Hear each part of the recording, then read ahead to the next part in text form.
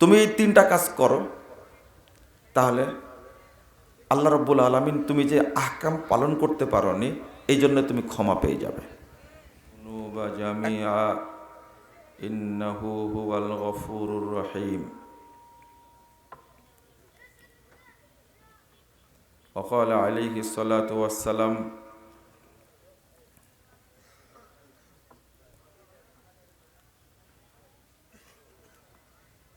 إن الله عز وجل ينزل في كل ليلة إلى السماء الدنيا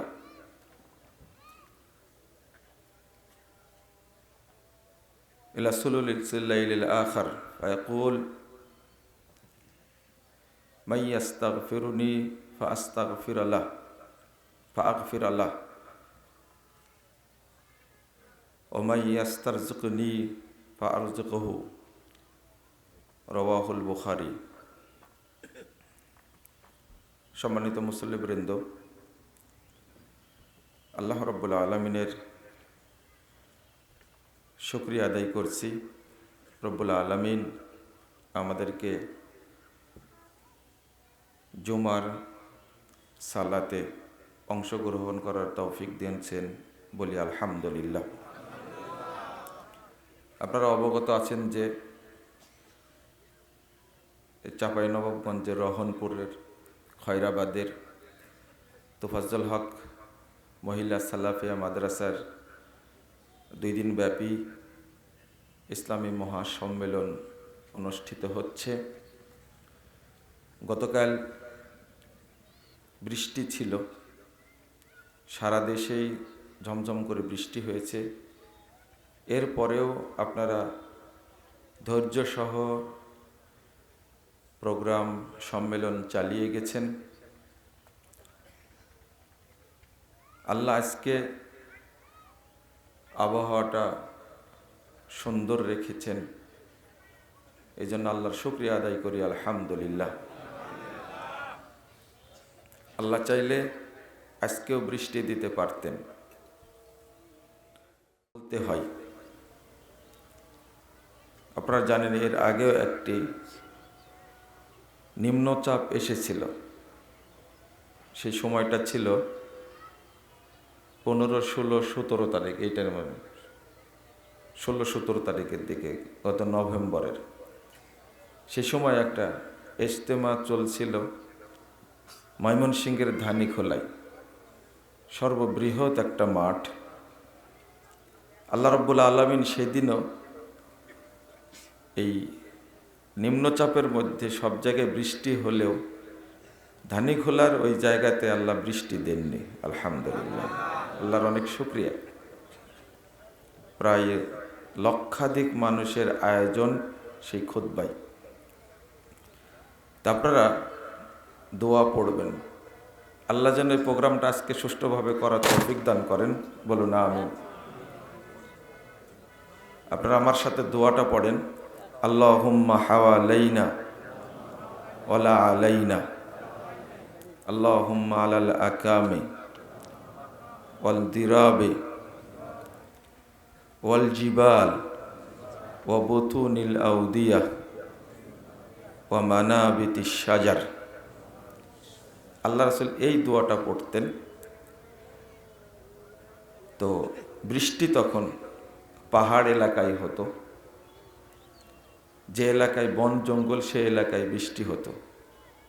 বলেন আল্লাহুম্মা হাওয়ালাইনা ওয়ালা আলাইনা, আল্লাহুম্মা আলাল আকাম ওয়াল জিরাব ওয়াল জিবাল ওয়া বুতুনিল আউদিয়া ওয়া মানাবিতিশ শাজার।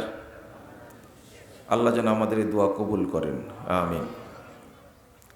চলুন, ক্ষমা পাওয়ার উপায়, এই বিষয়টা নিয়ে আপনাদের সামনে আজকে খুতবায় আলোচনা করব ইনশাআল্লাহ। ওয়া মা তাওফীকি ইল্লা বিল্লাহ, আলাইহি তাওয়াক্কালতু ওয়া ইলাইহি উনীব। মানুষ মাত্রই পাপ করে, আর এই পাপ থেকে বাঁচার উপায় খুঁজতে থাকে। এমনকি যদি মৃত্যুর আগে নিজে পাপ থেকে বাঁচার চেষ্টা না করে, যদি সুযোগ না পায়, তাহলে যখন মরতে যাচ্ছে, যখন মারা যাচ্ছে, বুঝতে পারছে যে আমার মৃত্যুর যন্ত্রণা শুরু হচ্ছে, জাহান্নাম আমার জন্য অপেক্ষা করছে, কবরের শাস্তি অপেক্ষা করছে, তখনও সে চেষ্টা করে, ওই সময় গিয়ে তখন বাঁচার চেষ্টা করে, আল্লাহ তুমি আমাকে এই আযাব থেকে বাঁচাও। আগে যদি সচেতন হয় তাহলে তার জন্য আলাদা সুসংবাদ, আর যদি সচেতন না হয় তাহলে তার জন্য দুঃসংবাদ। এই বিষয়টা আজকে আমরা আলোচনা করব ইনশাআল্লাহ। বন্ধুরা আমার, মাইয়েত, কোনো ব্যক্তি যখন মরার জন্য প্রস্তুত হয়ে যায়, অর্থাৎ মালাকুল মউত যখন চলে আসে, ওই ব্যক্তির মতো অসহায়, ওই ব্যক্তির মতো সবচেয়ে কষ্টের শিকার আর কেউ হয় না। মালাকুল মউত চলে আসলে তার আর রক্ষা নাই। পৃথিবীর কোনো নবী রক্ষা পাননি, কোনো সাহাবী রক্ষা পাননি, কোনো তাবেই রক্ষা পাননি, তাবেই রক্ষা পাননি, মুহাদ্দিস উলামায়ে কেরাম রক্ষা পাননি, অথচ তারা ছিলেন আল্লাহর কাছে গ্রহণযোগ্য, মাকবুল বান্দা ছিলেন। তাদের পাপ ছিল না, থাকলেও খুব সীমিত ছিল, এরপরেও তারা মৃত্যুকে কঠিন ভয় করতেন। কিন্তু দুর্ভাগ্য হলো যে আমরা পাপী বান্দা হওয়া সত্ত্বেও মৃত্যুকে ভয় করি না। যখন মৃত্যু চলে আসে তখন অবস্থাটা কি হয় এটা আমি পরে বলবো, কিন্তু আল্লাহ যতগুলো পথ খোলা রেখেছেন মৃত্যু আসার আগ পর্যন্ত, এই কয়েকটা বিষয় আমরা আলোচনা করব। যত পাপ আছে, বিশেষ করে বড় পাপ, এইগুলো ক্ষমার জন্য আল্লাহ কোরআন এবং হাদিসে দুইটা পথ উল্লেখ করেছেন। এক নম্বর হলো, আপনি বড় পাপ করেছেন, মাপ পাবেন কি করে, ক্ষমা পাবেন কি করে? আল্লাহ এক নম্বরে উল্লেখ করেছেন আগে সাদাকা, দান। দুই নম্বর উল্লেখ করেছেন নফল সিয়াম। দুই নম্বর উল্লেখ করেছেন নফল সিয়াম। সূরা মুজাদালা 3 এবং 4 নম্বর আয়াত খোলেন। একটা বড় পাপ আমরা করে থাকি, সেটা হলো আপনি আপনার স্ত্রীকে অনেক আদর করেন, কিন্তু যদি খালি বলে ফেলেন যে তোমার নাকটা আমার মায়ের মতো, আমার মায়ের নাকের মতো, বা তোমার হাতটা আমার মায়ের হাতের মতো, এই কথা বলাটা এত বড় পাপ। আল্লাহ রাব্বুল আলামিন বলছেন, এই কথা বলার পরে স্ত্রীর কাছে পরবর্তীতে যাওয়ার আগেই ফাতাহরিরু রাকাবা, তার উপরে ওয়াজিব হয়ে গেছে একটা গোলাম আজাদ করা, করতেই হবে। ক্বাবলা ইয়াতামাসসা, তার কাছে যাওয়ার আগে। ফাইল্লাম তাজিদ, যদি সে একটা গোলাম আজাদ না করতে পারে, আপনার আন্ডারে একটা গোলাম ছিল, আপনি আজাদ করে দিবেন, একবার সফর স্বাধীন করে দিবেন। যদি না পারেন তো আল্লাহ বলছেন ফাসিয়ামু শাহরাইন মুতাতাবিয়াইন, তাহলে তার উপরে ওয়াজিব হলো একটানা 2 মাস সিয়াম রাখা। কয়দিন? একটানা 2 মাস। মনে করেন 50টা করে ফেলেছেন, আর বাকি আছে কয়টা? 10টা। কিন্তু অসুস্থ হয়ে গেছেন, আর করতে পারলেন না, একটা বাদ চলে গেছে, তাহলে পুরো 50টাই বাতিল। তো আবার শুরু করতে হবে একটা থেকে। আপনারা কি বুঝতে পারছেন? শাহরাইনে মুতাতাবিআইন অর্থ হলো এটা, এক টানা পরস্পর 60টা সিয়াম তাকে করা লাগবে। তো একটা বাদ দিলে পুরোটাই বাদ, আবার শুরু করতে হবে। এরপর আল্লাহ বলছেন ফাইল্লাম ইস্তাতে, যদি ওই ব্যক্তি একটানা 2 মাস সিয়াম পালন না করতে পারে, 60টা সিয়াম পালন না করতে পারে, তাহলে সে 60 জন মিসকিনকে খেতে দেবে। আল্লাহ এই পাপটা থেকে বাঁচার জন্য 3টা পথের কথা বলেছেন, তার মধ্যে 2টাই হলো সাদাকা, আর একটা হলো সিয়াম। আপনাদেরকে বুঝাতে পারলাম বিষয়টা?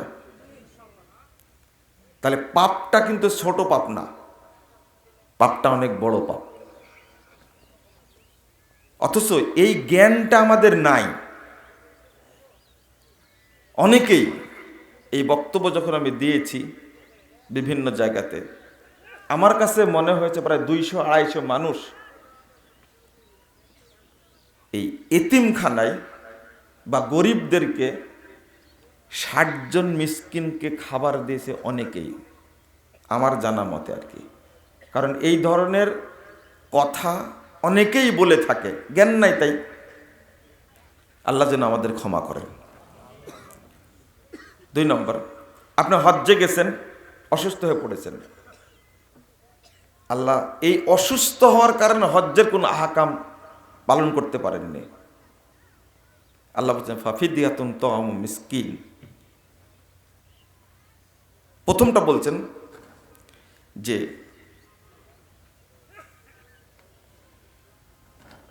1 নম্বর বললেন সিয়াম, 2 নম্বর বললেন সাদাকা, 3 নম্বর বললেন কুরবানি।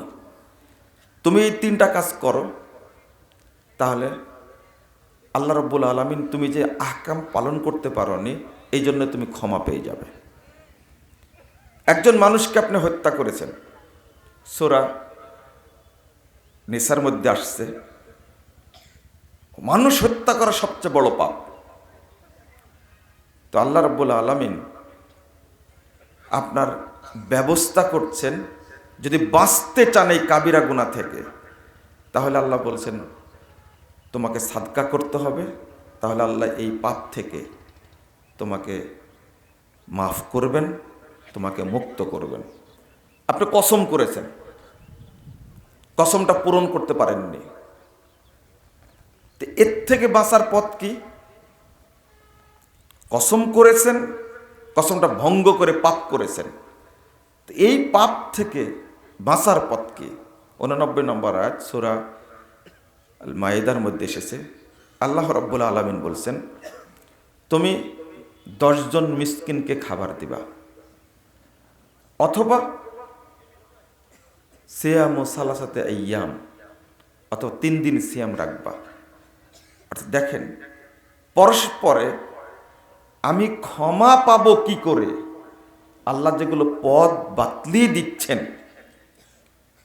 সেটা হলো আগে 1 নম্বরে সাদাকা, 2 নম্বরে হলো সিয়াম।